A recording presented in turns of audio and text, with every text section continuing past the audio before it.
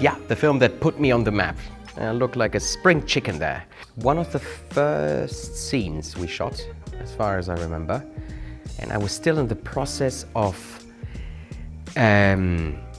dealing with my anxiety that I was coming from the West. I think all of the actors in the film were from the East, so I was supposed to play an East Berliner. And there's one actor, wonderful actor, Alexander Meyer, in the film, who gave me a hard time in these first days. Every day he knocked at my trailer and said, "Good luck, Wessi, no? Good luck, Westerner." And I said like, "Va te faire foutre." Oh, I don't know if we can. So this is what I remember from that image. But this is, it is really, I would say, the fundament still to the career that then I had the privilege to have, and the interest that I then got not only from Germany but also abroad. It was wonderful getting to work with a guy that I still admire a lot, Guillaume Canet, because he inspired me not only as an actor but also for then the incredible films he directed. It's always a point of reference to me. And I had a lot of fun with him and Danny Boone, I remember. He was, we always cracked up. And Guillaume Canet was so mean because he knew that I crack up easily before takes. And especially when it's about such a serious subject matter as this. Now, you don't want to ruin the moment. Also because then when actors do that, it becomes compulsive. I have that, that I cannot control it. So he saw that in me, and deliberately, shortly before action or even after action, did something that killed me. It was surreal. The call. When my agent said Tarantino is in Berlin and wants to meet you, I said, for what? For a film, for a part. And then I remembered that he enjoyed Goodbye Lenin, I think so, and he was in the jury when we were in Cannes in competition with The Educators. And I had heard rumors that he also had enjoyed this film, so I thought like, at least, doesn't dislike me, otherwise he wouldn't invite me for a dinner in Berlin. So we met in a hotel. I was one of the few ones who had the privilege of meeting him before an audition. So he explicitly said, a Brühl guy can come over, and so he was sitting there. We had a wonderful chat. He's so mesmerizing if you sit with him because he's everything he does, everything he thinks and dreams is cinema. So it's so contagious, this energy. He immediately jumped into it, and we were having a long conversation, including some white wines that I had. So I ended up being quite tipsy but very happy, and thought like, oh God, he likes me so much, I don't have to go to the audition. And then last minute, before I went into the taxi, he said, well, don't forget, tomorrow morning, audition. And I was like, oh.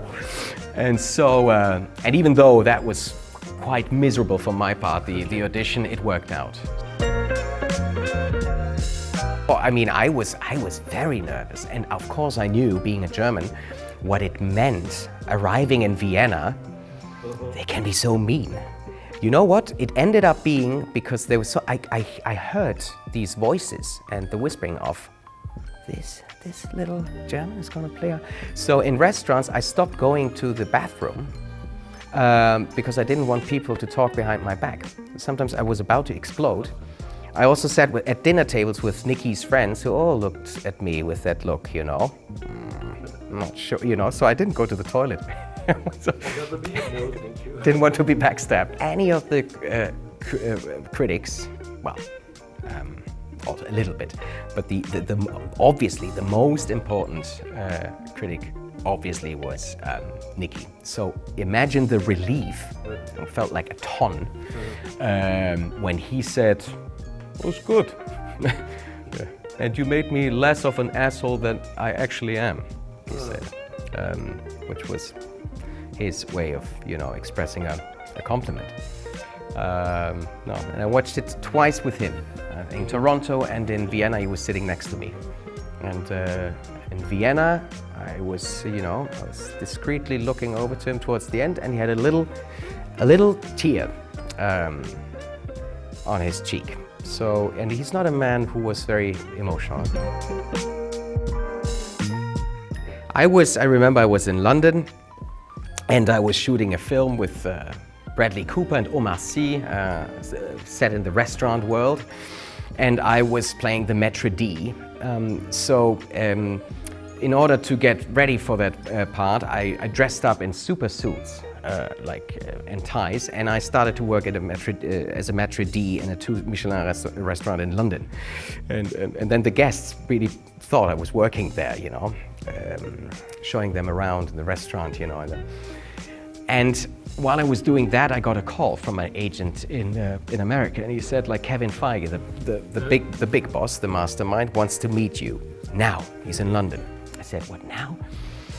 And I've been a fan of the Marvel universe, absolutely. And I enjoyed when I was 16, to read a couple of Spider-Mans, and then with Robert Downey, then also I became a fan of the MCU.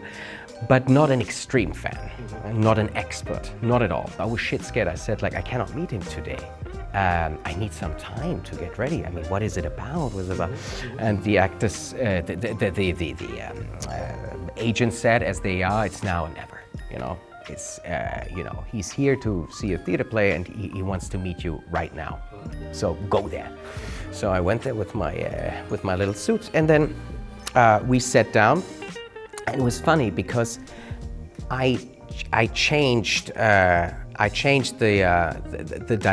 dynamic and the way it usually is. In Los Angeles, you very soon learn as an actor that people, without looking at their watch, they know these famous 15 minutes that pass, and then it's on the dot sometimes, and then very politely say, well, that was great. Thank you for the interview. And then, don't call us, I'll call you. This is always how it goes. So if you're sitting with someone like him, you wait for him to end the conversation. This is how it goes. But I was so nervous that after 15 minutes, he could start asking tricky questions. Who is your favorite in this and that? And what, blah, blah, blah. So I was so that I finished it then. Pretending that I have to go back to the restaurant, but I didn't have to do, So it was a pleasure to meet you, Mr. Feige. Unfortunately, I have to go back to the restaurant, but it was such a pleasure. But in these 15 minutes, I think I seemed so convincing as being the absolute Marvel super expert that, he called me, and it's been nothing else than an absolute pleasure working with them.